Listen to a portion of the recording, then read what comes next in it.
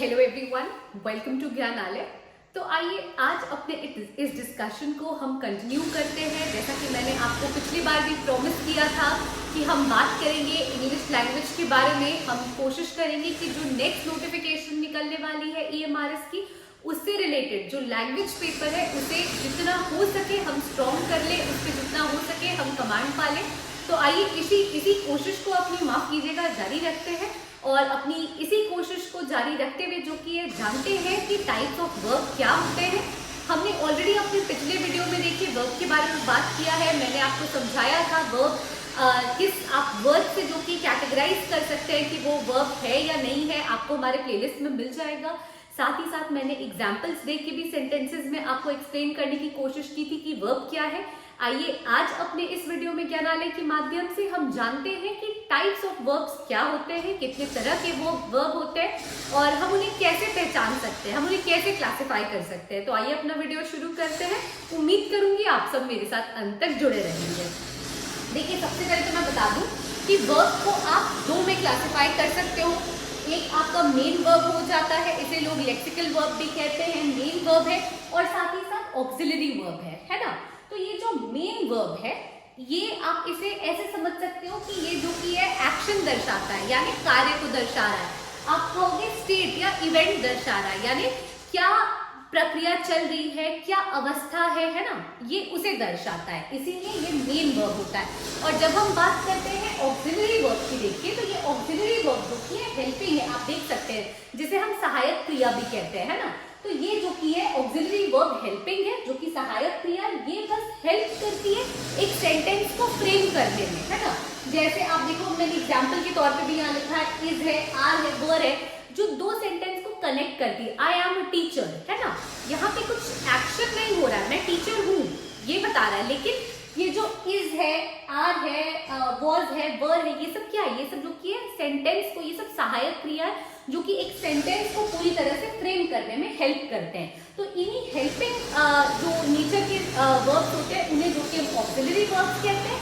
वेरएज़ जब हम main verb पे आते हैं, तो मेन वर्ब जब भी कोई वर्ब, कोई क्रिया आपको एक्शन यानी कार्य के बारे में बता रही है, स्टेट यानी अवस्था के बारे में बता रही है, इवेंट यानी प्रतिक्रिया के बारे में बता रही है, तो वो सब मेन हो जाता है ना, मेन वर्ब के अंदर आता है। अब देखिए, जैसे मैंने आपको यहाँ पे भी एग्जाम्पल के तौर पे बताया है, अब आप देखो एक्शन है, ही प्लेज फुटबॉल, है ना, वो फुटबॉल खेलता है।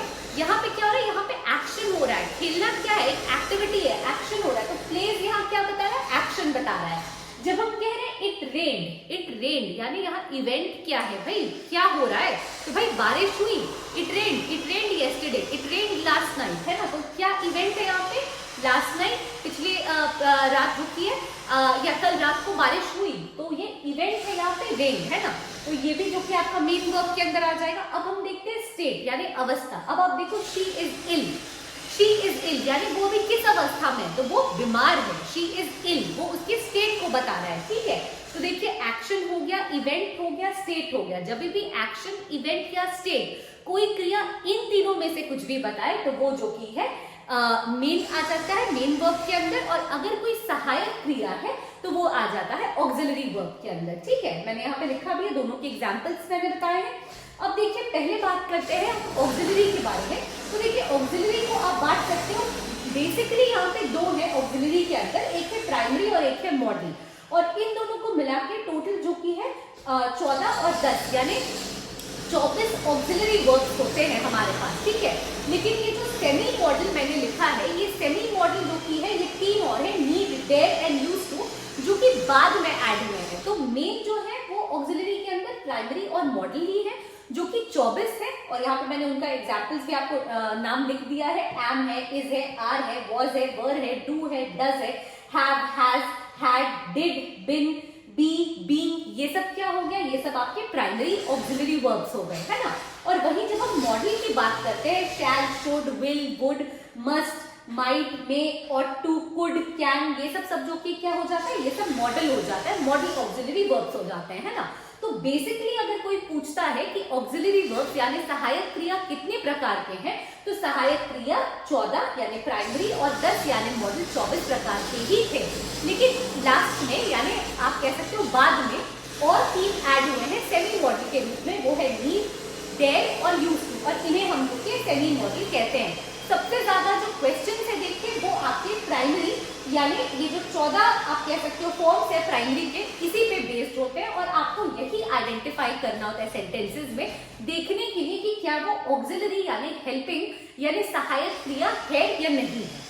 तो आई होप कि जो सहायक क्रिया है ऑक्सिलरी वर्ब्स है वो आप समझ गए होंगे।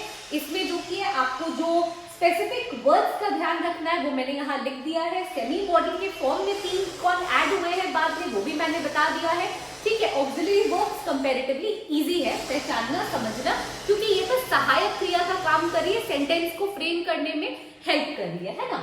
अब लेकिन जब हम मेन वर्ब की बात करते हैं, जैसा मैंने आपको बताया कि जहां पे भी एक्शन है, स्टेट है या इवेंट है, वहां पे जो की है मेन वर्ब्स आ जाते हैं, है ना। मैंने एग्जांपल दिया आपको एक्शन का भी, स्टेट का भी और इवेंट का भी। अब देखिए मैंने यहाँ पे एक ट्रिक बताया है आपको कि जब भी माफ कीजिएगा मेन वर्ब है सॉरी, तो ये मेन वर्ब को हम कैसे पहचान सकते हैं। जब भी कोई वर्ड है उसके लास्ट में अगर ना आता है, जब आप उसको हिंदी में करोगे है ना, और वहां पे पीछे ना आता है, लास्ट में ना आता है, तो आप आसानी से पहचान सकोगे कि वो मेन वर्ब है। जैसे आप कहोगे खेलना, जैसे हमने देखा ना ही प्लेज फुटबॉल है ना, तो खेलना है, सोना है, खाना है, नहाना है, ये सब जहां पे भी सीखना है, ये सब जहां पे भी लास्ट में ना आएगा, ये ना से जो की है आप पहचान जाओगे। आप हिंदी में उस वर्ड को कन्वर्ट करके देख सकते हो, जहां पे भी ना आएगा वहां पे जो की है ये मेन वर्ब के अंदर फॉल करेगा। अब देखिए मेन वर्ब के भी दो आप कह सकते हो 2 टाइप्स होते हैं बेसिकली। तो देखिए इसमें एक चीज मैं क्लियर कर दूं, बहुत लोग ये कहते हैं कि मेन वर्ब कितने टाइप के होते हैं, तो वो डायरेक्टली इस स्टेप पे जंप कर जाते हैं, यानी ट्रांजिटिव और इंट्रांजिटिव। आप ये भी कह सकते हो, इसमें भी कोई गलती नहीं है, लेकिन आप एक पॉइंट और नोट कर सकते हो यहाँ पे कि मेन वर्ब को अगर आप बेटर तरीके से बताना चाहो तो कह सकते हो कि मेन वर्ब जो कि है फाइनाइट है और नॉन फाइनाइट है, और फाइनाइट के अंदर जो कि है हमें ट्रांजिटिव और इंट्रांजिटिव देखने को मिलते हैं, है ना। तो मेन वर्ब है और ऑक्सिलरी वर्ब है, वर्ब के 2 प्रकार। ऑक्सिलरी के अंदर जो कि है हमें देखने को मिला कि प्राइमरी है, मॉडल है और सेमी मॉडल है, जैसा मैंने आपको एक्सप्लेन किया है, मैंने यहाँ पे लिख भी दिया है वर्ड्स कौन कौन से फॉल करते हैं इसके अंदर। साथ ही में जब हम मेन वर्ब देखते हैं तो वहां पे एक्शन, स्टेट या इवेंट होना चाहिए। अगर इन तीनों में से कुछ भी है तो वो मेन वर्ब के अंदर फॉल करेगा। मेन वर्ब के कितने प्रकार है, तो आप डायरेक्टली ये भी कह सकते हो कि ट्रांजिटिव और इंट्रांजिटिव है, या आप ये भी बता सकते हो कि फाइनाइट और नॉन फाइनाइट है, और फाइनाइट के अंदर हमें ट्रांजिटिव और इंट्रांजिटिव देखने को मिलते हैं। अब देखिए जो अधिकतर क्वेश्चंस रहते हैं वो इस पार्ट से आते हैं, यानी ट्रांजिटिव एंड इंट्रांजिटिव से आते हैं। आइए समझते हैं कि ट्रांजिटिव यानी सकर्मक और इंट्रांजिटिव यानी अकर्मक क्रिया क्या है और हम इसे कैसे पहचान सकते हैं।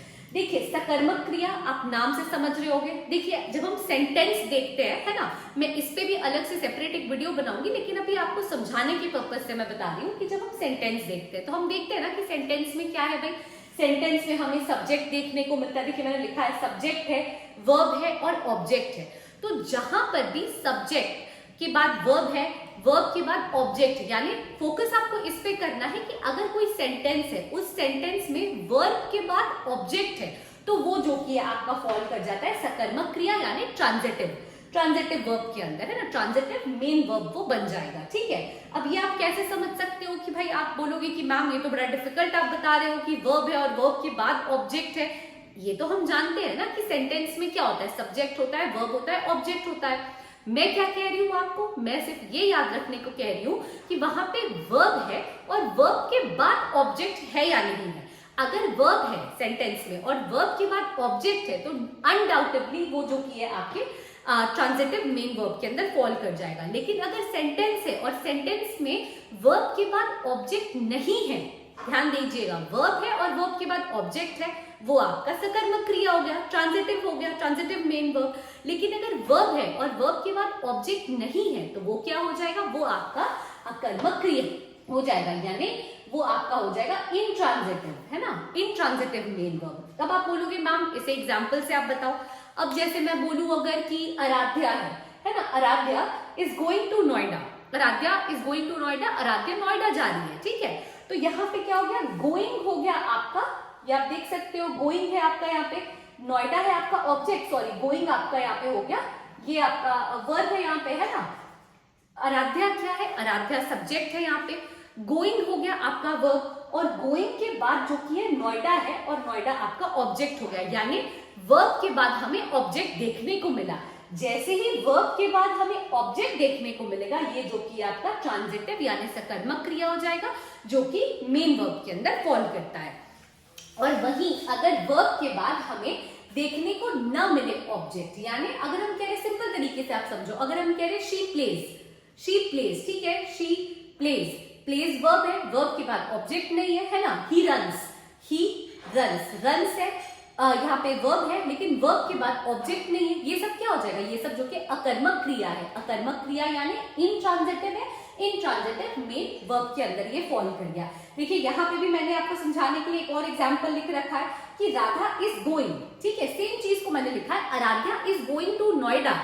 आराध्या सब्जेक्ट हो गया, गोइंग वर्ब हो गया, और कहां जा रही है, नोएडा, या ऑब्जेक्ट हो गया। लेकिन जब हम कह रहे हैं आपका राधा इज गोइंग, अब राधा ठीक है सब्जेक्ट है, गोइंग हम कह रहे हैं वर्ब हो गया, लेकिन वर्ब के बाद ऑब्जेक्ट कहाँ है यार। तो जब ऑब्जेक्ट नहीं है, नो ऑब्जेक्ट है ना, तो जब नो ऑब्जेक्ट है तो यही चीज जो कि अकर्मक क्रिया में आ जाती है, अकर्मक क्रिया में वर्ब के अंदर फॉल करता है। तो देखिए आई होप कि मैंने अपने पिछले वीडियो में जो आपको समझाया था कि वर्ब क्या होते हैं, जो क्रिया है उसको किस वर्ड्स से आप क्लासिफाई कर सकते हो कि ये क्रिया है या नहीं है, मैंने सेंटेंस के बेसिस पे समझाया था, आपको वो वीडियो भी मेरा यूजफुल लगा होगा। आज ज्ञानालय के माध्यम से मैंने आपको समझाया है टाइप्स ऑफ वर्ब्स, और जब हम टाइप्स ऑफ वर्ब्स में आते हैं तो हमने यहाँ पे मेन और ऑक्सिलरी देखा, ऑक्सिलरी कैसे सहायक है, हेल्पिंग है, मेन में कैसे आपका एक्शन, इवेंट और आपके आपका जो एक्शन है, इवेंट और स्टेट के बारे में बता रहा है ना। और जब हमने ऑक्सिलरी और मेन देख लिया, ऑक्सिलरी के अंदर जो कि हमने प्राइमरी देखा है, प्राइमरी में 14 कैसे फॉल करते हैं ऑक्सिलरी वर्ब्स वो देखा, मॉडल जो है मॉडल में कैसे 10 ऑक्सिलरी वर्ब्स फॉल करते हैं, और बाद में जो सेमी मॉडल ऐड हुए हैं उनमें कैसे 3 ऑक्सिलरी वर्ब्स है, बट मेन जो 24 ऑक्सिलरी वर्ब्स है वो प्राइमरी और मॉडल से ही मिलके बनते हैं। और जब हमने मेन वर्ब देखा तो मेन वर्ब में हमने देखा कि फाइनाइट और आप कह सकते हो नॉन फाइनाइट है, या फिर आप इसे मिस करके डायरेक्टली भी ये कह सकते हो इस पार्ट को, इस पोर्शन को हटा के, कि मेन को हम ट्रांजिटिव और इनट्रांजिटिव में बांटेंगे। ट्रांजिटिव वो है जहां पे सब्जेक्ट वर्ब एंड ऑब्जेक्ट तीनों है, यानी ये सकर्मक क्रिया है, और इनट्रांजिटिव वो है जहां पे आपका सब्जेक्ट और वर्ब तो है, सब्जेक्ट और क्रिया तो है, लेकिन क्रिया के बाद ऑब्जेक्ट नहीं है, तो वो अकर्मक क्रिया है। तो आई होप कि ये जो टाइप्स ऑफ वर्ब्स मैंने आपको बताए हैं वो आपको जो की है अच्छे से समझ में आ गए होंगे। अगर कुछ भी आपको फर्दर कंफ्यूजन लगता है, आप बिल्कुल बेझिझक होकर हमसे अपने कंफ्यूजन को दूर करा सकते हैं कमेंट करके, या टेलीग्राम के माध्यम से आप हमसे जुड़ सकते हैं और पूछ सकते हैं। Thank you so much for watching the video till the end. Please stay tuned to Gyanalaya and